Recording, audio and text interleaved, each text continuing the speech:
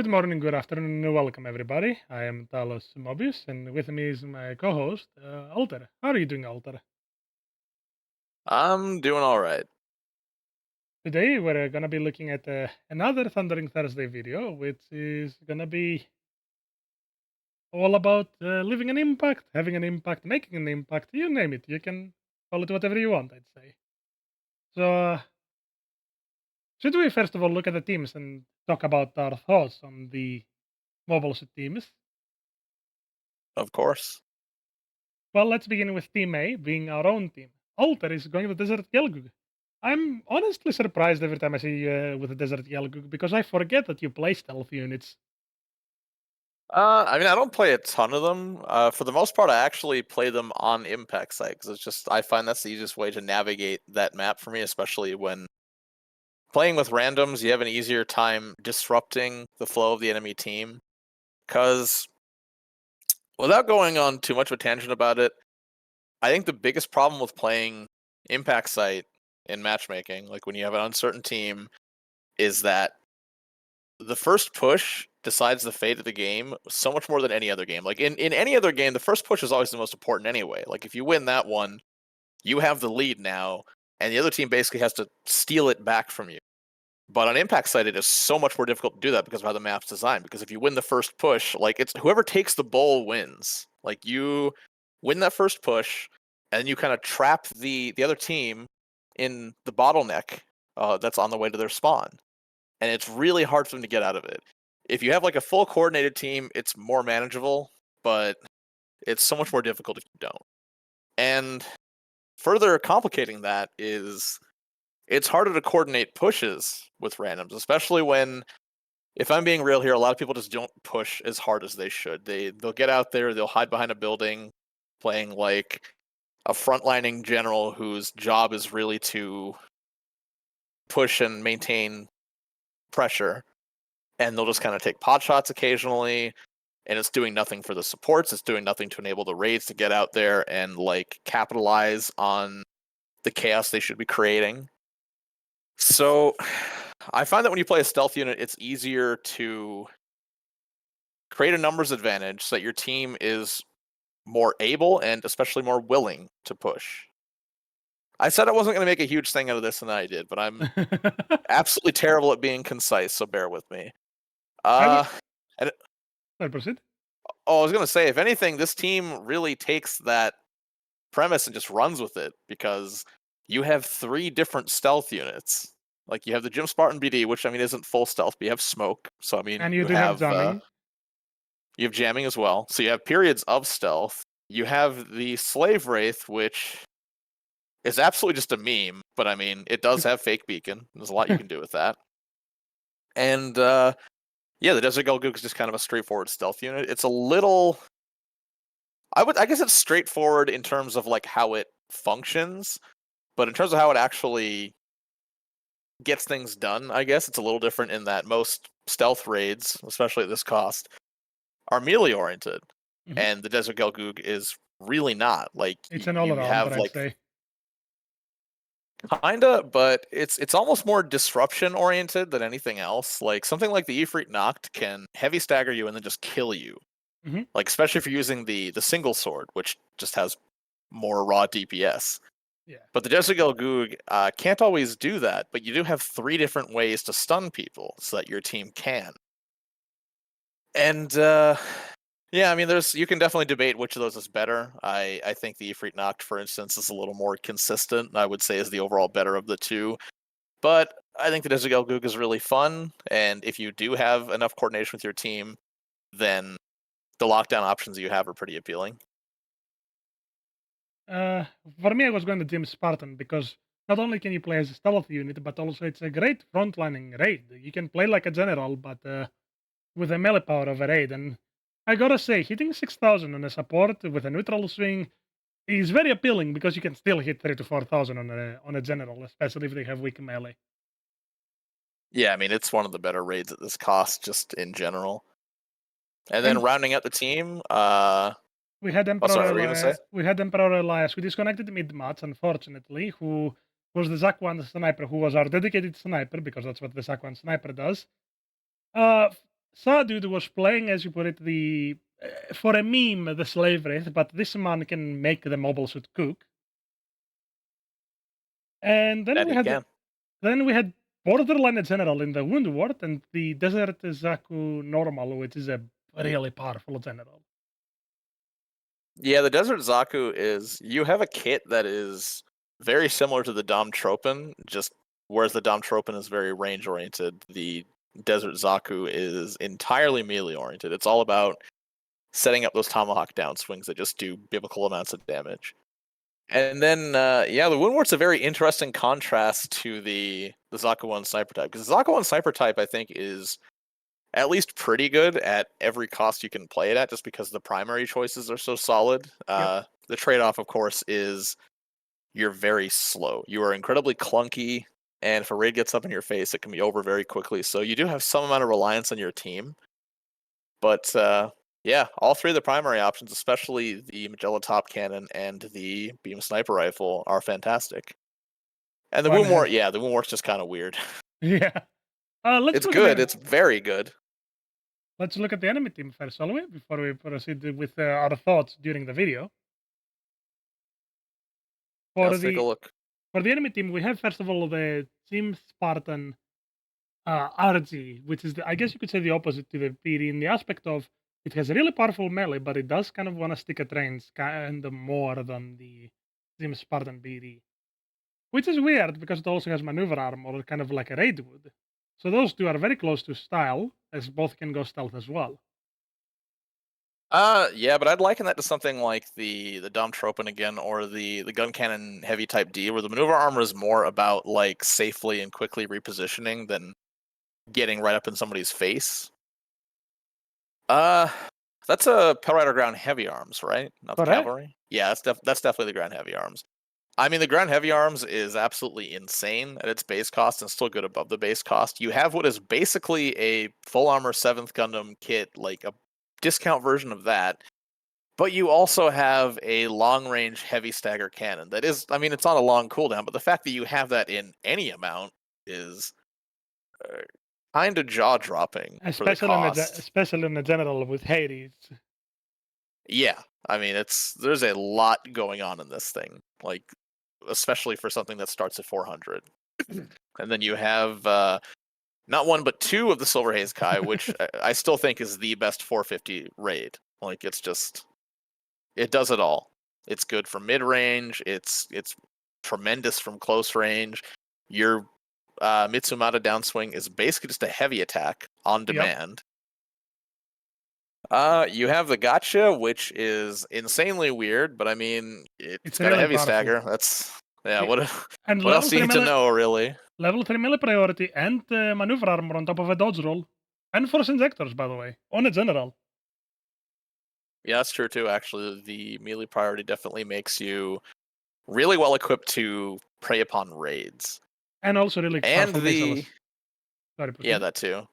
And the Hyzak cannon, which, I mean, has just been a fixture of 450 and even 500 to some extent since it was added. Just all around really good. I think it's an interesting support in that you have a few different options. Like, I mean, you really just have two, I guess, because the bullpup machine gun's not really a thing. But I mean, you have the choice of just a straightforward instant stun beam rifle, which is very good and also has weirdly high part breaking modifiers. But you also have the Hyzak machine gun as an option, which doesn't have the instant lockdown that the beam rifle would, but just has an insane amount of DPS and still really good build-up stun as well, which can also pair with your incendiary missile pods. Yeah, I was gonna say, which you can also retain the build-up stun with the incendiary pods. Yeah, so there's a lot of reasons to play this thing, and just the choice of primary there changes the playstyle somewhat, but both of those options are fantastic. So let's go outright into the match after seeing our teams, shall we? Yeah, sounds good. The interesting thing to note is that our team is very feast or famine, since we have these three units that all kind of live and die by whether or not they can make a quick pick and delete somebody. So it's like we're really counting on picking off like 2 or 3 people immediately in that first push, and then just really pressing that advantage. We already can see that The spawn has just happened. We are all giving our nice to meet you, and we begin. I've already equipped the smoke so that I can gain some early stealth when we go into the front, which is what you see right there. Being able And to notably, you kill. don't want to use it too soon because then it just won't last as long. And it doesn't really do anything when you're just coming out of the spawn because nobody can see you anyway. Yep. I saw the support and instantly going to hunt down while the front line is being retained. You were the one to take the first pot shot, but that's because you were taking the front line while it was needed. I hit the Silver Haze guy, one of the Silver Haze guys to start, and ready to make my pick really This quickly. poor bastard. Oh, speaking of poor, and dodge the counter right there. Maybe that was a fake beacon guy. Speaking of the yeah, speaking of that, I feel like he thought that and I don't blame him, but I feel like he thought that the Slave Wraith was an ally when he saw them on the radar. So he didn't mind turning his back to him, and then we saw that turned out. But I mean, that is like kind of one of the strengths of the Slave Wraith is people very often underestimate it because I mean it's just generally not very good. Already, I've made my pick on 3 units, which made it shift very quickly in our favor. Yeah, I mean, this game is just all about creating a numbers advantage, and this map, more than really any other, like I was mentioning earlier, that just goes a long way. But very quickly. That was a little bit laggy there. It happens, unfortunately, in this game, being peer-to-peer. The gotcha, which I'm sure is the last thing you want to see on that team. Especially as a raid that has almost broken legs. Oh, I meant like you specifically. I think that's the one unit you least want to be interacting with. Yep. Thankfully, I at least have the benefit of a heavy stagger.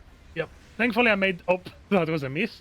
Thankfully, I made my presence well felt at the start of the match, so we're leading with a good score. Unfortunately, we just lost our number 5.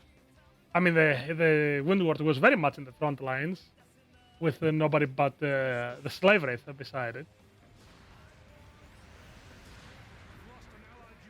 Yeah, sometimes I guess you kind of got to do that with the Woundwort, because it's very melee oriented for 450 support. Speaking of melee, thankfully the shorter range of my dagger allowed me to get the melee priority in. Yeah, there are some upsides to it.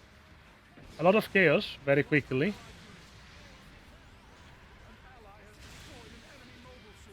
We're already back at gaining a lead with a very quick succession on how we're getting kills, because they have multiple people focusing on one individual and the rest of our team is just picking off the people focusing. Like, they have 3 people on me. They do. Finally, I got it down because of my legs breaking, and I was cleared, but we are still winning by 900 points. That's at least 1 to 2 kills. Well, it's 2 kills, 2 full kills, actually. It is.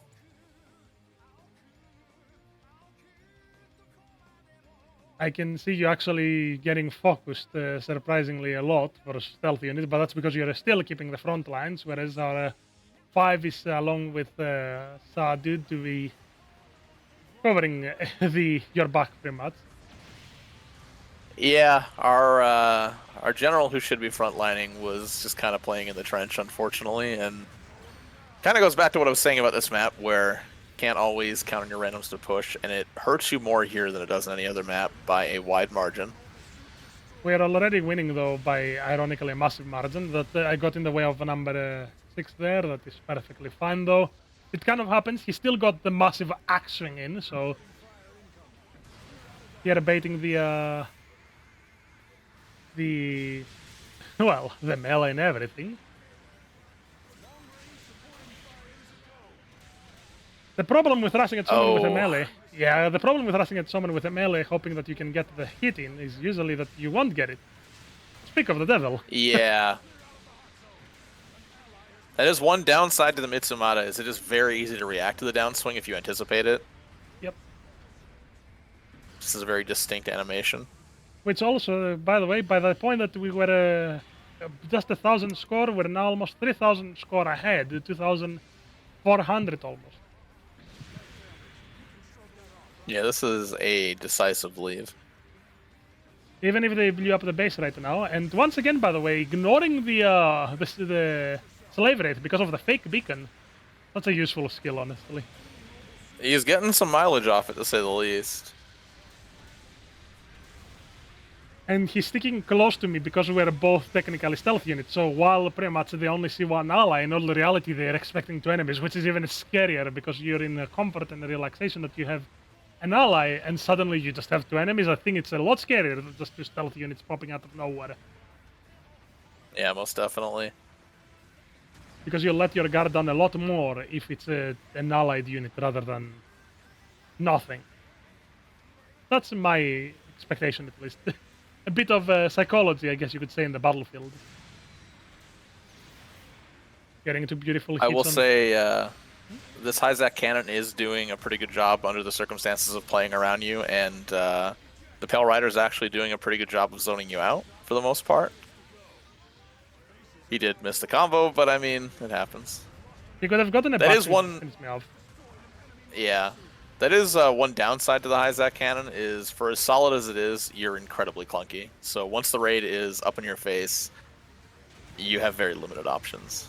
I mean, you do have a maneuver armor break, I guess, but still. As far as actual positioning, you're kind of limited. The GM Spartan RG was doing a good job at actually cycling around. We had also lost a teammate here, as you can notice on the top. We were at a numbers disadvantage, yet we were still on the lead because we had gotten a really good start. And during the middle of the fight, we did gain a massive lead because they were so focused on picking us off one by one that they forgot literally that the rest of the team was usually there. Letting people like me and, well, ironically, you get a pick on a single target usually leads to, well, not good. Our DPS is insane. Yeah.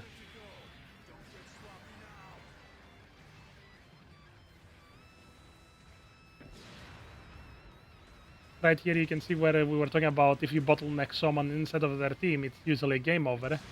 Yet, because we were already in a lead, they had to do a lot to make it work. And as you can notice, they weren't really working as in tandem, like a team.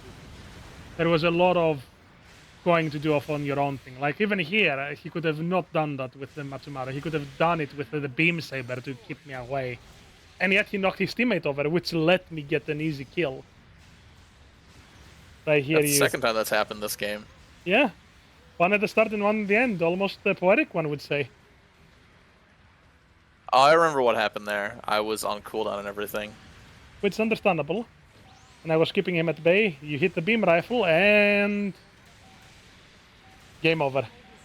What's funny is I didn't even intend to bring the beam rifle. I remember actually I got in and I was really frustrated with that. I run the machine gun wherever possible because like I would rather just have the underbarrel grenade. Like you have enough instant stuns that you can cycle through them and you don't suffer as much for that versus something like say the Gelgoog Marine, for instance, where you really only have the one option and it's like either charge beam rifle or use underbarrel grenade, and there's kind of a case to be made for both. But I feel pretty confident that on the Desert Gelgoog, the machine gun is the better option than the beam rifle by far. That is an insane amount of damage. The GM Spartan BD, ever since it's a buff or it's a multiplier on its melee weapon, that's why I say multipliers matter a lot more than raw stats usually. Yeah, most definitely. It's all about whatever your bottom line is in terms of damage. Also, we gotta give credit to Saadud for getting not only top assist but top diversions with the Slave Wraith and still getting a rival win. I think if you get rival win at all with the Slave Wraith, you must have really gone above and beyond, especially when the three generals they did have are all very strong, especially the ground heavy arms. Overall, I gotta say it was an excellent match. Good work to both teams. It was honestly a really fun match, I think, for all of us. It was... Yeah, this one was a blast. I'd say it felt competitive till the end. Yeah, I mean, they definitely didn't make it easy. Yeah. And that's what makes this game fun, I'd say. But I think that covers the match. I'm not gonna show individual stats as it doesn't really matter as it was clearly team effort. Getting a lot of damage may be a big demographic on the how you can get a good rival win, but that doesn't mean that the rest did not put anything up. I wouldn't be able to get single picks so often if it wasn't for people keeping others occupied. Yeah, for sure. But I think this covers anything. Your final thoughts on the mods? I mean, I guess all there is to say is that I think this is kind of a testament to how you're supposed to play Impact Site. Like, you got to really be aggressive with that first push. And there are cases where that can backfire on you, like the enemy team can bait you really well and just sort of collapse on people to create a numbers advantage. But 9 times out of 10, it's still just going to be the better option and the one more likely to yield results than just like being very non-committal, sitting back and taking pot shots. Like, because especially if you do that, I feel like it largely comes down to who has the better supports. Like, you know, if your two supports can't rain down fire from a safe distance as well as theirs can, theirs are probably going to win because you're not committing to the push. But I mean, in this case, we took kind of a more extreme and much more feast or famine approach to winning that first push in having these 3 kind of stealth assassin units that are just meant to. I guess a Slave Wraith isn't really like a stealth assassin, quote unquote, but it's still kind of just a disruptor. It's still meant to sort of cause chaos, and yeah, we just we took advantage of that to take a couple really good picks early on, and we just really never let up the pressure from there, which is how you win on Impact Site. And ironically, you can leave an impact by just causing enough chaos, which we did. That's what I think that's great about Impact Side. It's such a chaotic and yet, being asymmetrical kind of helps a lot on causing chaos because people are not like, oh, both sides are going to be the same. Yeah, absolutely. But I think this covers anything, everything, and anything. Ironically, as I was going to say at the start, we should give a quick thank you. What do you think, Alter? I think so. Have a great day, people. Till next time.